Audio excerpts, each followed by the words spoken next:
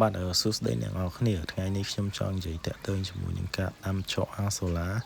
ការដាំជក់អាសូឡាគឺវាមានការងាយស្រួលក្នុងការដាំមែនទែនហើយវាមានពិបាកអីទេក្នុងការដាំគ្រាន់តែយើងមានតង់ហើយយើងរៀបវាជាអាងដែលអាចស្តុបទឹកបានអញ្ចឹងណាយើងអាចដាំបានហើយជក់អាសូឡាណាហើយនេះខ្ញុំកំពុងបាញ់ទឹកចេញហើយនឹងលាងសម្អាតវាតង់ដែលខ្ញុំដាំយូរហើយចូលជា6ខែជាងហើយអត់ដែលបានលាងសម្អាតវាទេអញ្ចឹងត្រូវបើហូរទឹកចេញបាញ់លាងសម្អាតដូចជាកកដីដូចជាជីដែលយើងដាក់យូរហើយវាខ្លាយទៅជាកកដីអញ្ចឹងណាយើងបាញ់សម្អាតវាម្ដងដាំជក់អាសូឡានេះយើងដាំយូរទៅវាមានកកមានអីយ៉ាងច្រើនណាយើងត្រូវដូរទឹកវាដែរ3-4ខែអីដូរទឹកបាញ់លាងសម្អាតវាម្ដងផ្លាស់ប្ដូរទឹករៀបចំដាំសារថ្មីអញ្ចឹងព្រោះយើងដាក់ទឹកដាក់សាជីទៅវាលែងល្អហើយយើងត្រូវតែដូរទឹកដាំសារថ្មីអញ្ចឹងណាពេលយើងអត់ដូរទឹកដាំសារថ្មីទៅយើងដាក់តែជីដាក់តែទឹកដាំទៅវាលែងឡើងវារៀងនៅត្រឹងដល់អញ្ចឹងយើងដូរទឹកលាងសម្អាតតង់វាឲ្យស្អាតទៅរៀបចំដាំសារថ្មីទៅយើងដាំទៅល្អឡើងវិញហើយការដាំជក់អាសូឡានេះដាំរបៀបខ្ញុំគឺវាមានលក្ខណៈងាយស្រួលដោយសារតែខ្ញុំដាំប្រើជីខ្មៅខ្ញុំអត់ប្រើជាជីសរីរាង្គទេព្រោះដោយសារតែជីសរីរាង្គវាពិបាកក្នុងការដើររើទិញពេលដាំជាជីខ្មៅវាងាយស្រួលក្នុងការដើររើទិញព្រោះដែលយើងអាចរើនៅកន្លែងគេលក់ជីលក់ថ្នាំអីបានណាព្រោះជីខ្មៅជីដែលគេទិញសម្រាប់បាយស្រូវណាចឹងយើងងាយស្រួលក្នុងការទិញតែគ្រាន់តែបរិមាណនៃការដាក់យើងជីខ្មៅយើងដាក់រៀងតិចដោយសារជីខ្មៅវាមានជាតិជីច្រើនវាខ្លាំងជាងជីសរីរាង្គព្រោះជីខ្មៅជាជីគីមីចឹងណា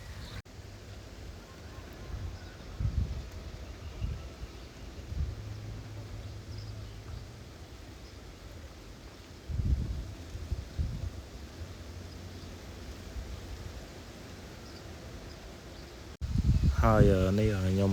លាងតង់សម្អាតរួចហើយខ្ញុំចាប់ផ្ដើមបូមទឹកដាក់សាឡើងវិញហើយសម្រាប់កពស់ទឹកការដាំរបស់ខ្ញុំដាក់ទឹកប្រហែលជាមួយទឹកកន្លះទៅ2ទឹកអីហើយបរិយាកាសនៃការដាំយើងដាំជក់អាសាឡានេះត្រូវដាំឲ្យមានពលឺថ្ងៃចេញចូលល្អអត់អាចដាំខើបដើមឈើឬក៏ម្លប់ឈើបានទេដាំខើបដើមឈើម្លប់ឈើអត់ល្អទេវាអាចងាប់ឬក៏អត់លូតលាស់តែម្ដងហើយខ្ញុំដាំនេះទៅលើទំហំតង់4x6តែខ្ញុំដាក់ជាជីខ្មៅចឹងខ្ញុំអត់ដាក់ច្រើនទេខ្ញុំដាក់ជីខ្មៅតែ2ខាំទេហើយអំបិលខ្ញុំដាក់ចំនួន2ខាំដែរហើយបើអ្នកនរគ្នាចង់ដាំដាក់ជីខ្មៅដូចខ្ញុំដែរអ្នកនរគ្នាបើទំហំតង់ប៉ុនតង់ខ្ញុំអាចដាក់ជីខ្មៅប៉ុណ្ណឹងបានតែបើទំហំតង់ទូចហ្នឹងអ្នកនរគ្នាអាចដាក់1ខាំឬក៏1ខាំកន្លះបានហើយដាំប្រើជីខ្មៅនេះយើងអត់អាចដាក់ជីម្ដងច្រើនបានទេយើងអាចថែមនៅពេលក្រោយបាននៅពេលមួយអាទិត្យក្រោយឯងពេលវាអត់សូវល្អអីយើងអាចថែមកន្លះខាំឬក៏1ខាំអីទៀតបានយើងតាមមើលតាមជាក់ស្ដែងអញ្ចឹងណាហើយពេលដែលយើងដាំរួចប្រហែលជាមួយអាទិត្យក្រោយមើលតែវាឃើញយើងអត់សូវល្អអីយើងអាចថែមជីទៀតបានថែមជីកន្លះខាំទៅ1ខាំទៀតបានមើលតាមជាក់ស្ដែងណាពេលយើងឃើញវាអត់សូវល្អយើងអាចថែមជីវាទៀតបានអញ្ចឹងណាព្រោះប្រើជាជីខ្មៅយើងអាចប្រើម្ដងច្រើនបានទេព្រោះប្រើច្រើនទៅវាអាចលួចអត់លូតលាស់អញ្ចឹងយើងដាក់មកបន្តិចម្ដងយើងមើលស្ទង់តាមជាក់ស្ដែងយើងអត់អាចដាក់ជីដូចជីសរីរាង្គបានទេបើជីសរីរាង្គយើងដាក់រៀងច្រើនក៏អត់លួចដែរតែព្រោះដាក់ជីខ្មៅដែលយើងដាក់ច្រើនវាអាចលួចអញ្ចឹងយើងដាក់តិចម្ដងស្ទង់វាមើលទៅថាវាមិនដែរអញ្ចឹងណាចកពេលដែលយើងដាក់ជីត្រូវអីត្រូវមើលដូចចកដែលខ្ញុំដួសយកមកដាក់តង់ថ្មីនេះចឹងវាមានជាលក្ខណៈកូនណាវាមានលក្ខណៈល្អិតខៀវហ្នឹងវាមានច្រើនអញ្ចឹងមានន័យថាយើងដាក់ជីត្រូវអីត្រូវបានវាល្អអញ្ចឹងវាចេញកូនមកច្រើនអញ្ចឹងឲ្យបែកកូនច្រើនពេលដែលយើងដាក់ពូជថ្មីចូលហើយយើងត្រូវកូរពូជវាឲ្យសព្វពេញតង់អញ្ចឹងដើម្បីឲ្យវាងាយក្នុងការកើតកូនឲ្យច្រើនឆាប់ពេញតង់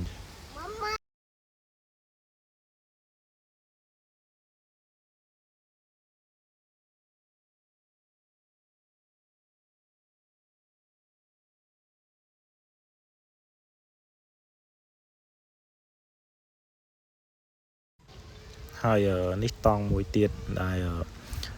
ខ្ញុំដាំដោយប្រើជីខ្មៅទាំងដែរឃើញថាវាល្អហើយនេះខ្ញុំរៀបចំដួសសម្រាប់ធ្វើជាចំណីមាន់ហើយនិងចំណីជ្រូកពេលដែលយើងដាំចកនឹងបានទៅវាងាយស្រួលក្នុងការយើងចំណីវាអត់ពិបាកឲ្យយើងទៅបន្លែដើរបេះបន្លែបេះអីឬក៏ដើរដើមចេកធ្វើអីច្រើនដែរយើងគ្រាន់តែដួសតែចកទៅលាយជាមួយតែស្រូវឲ្យមាន់ស៊ីហើយបើយើងចាំជ្រូកដូចជាជ្រូករលជ្រូកភ័យឯងវាងាយស្រួលតែគ្រាន់តែយើងទៅដួសតែចកនឹងមកយើងមកលាយជាមួយតែបាយឬក៏កទុកអីអាចឲ្យជ្រូកឬក៏មាន់ឬក៏ទីអីស៊ីបានហើយវាចំណេញពេលវេលាយើង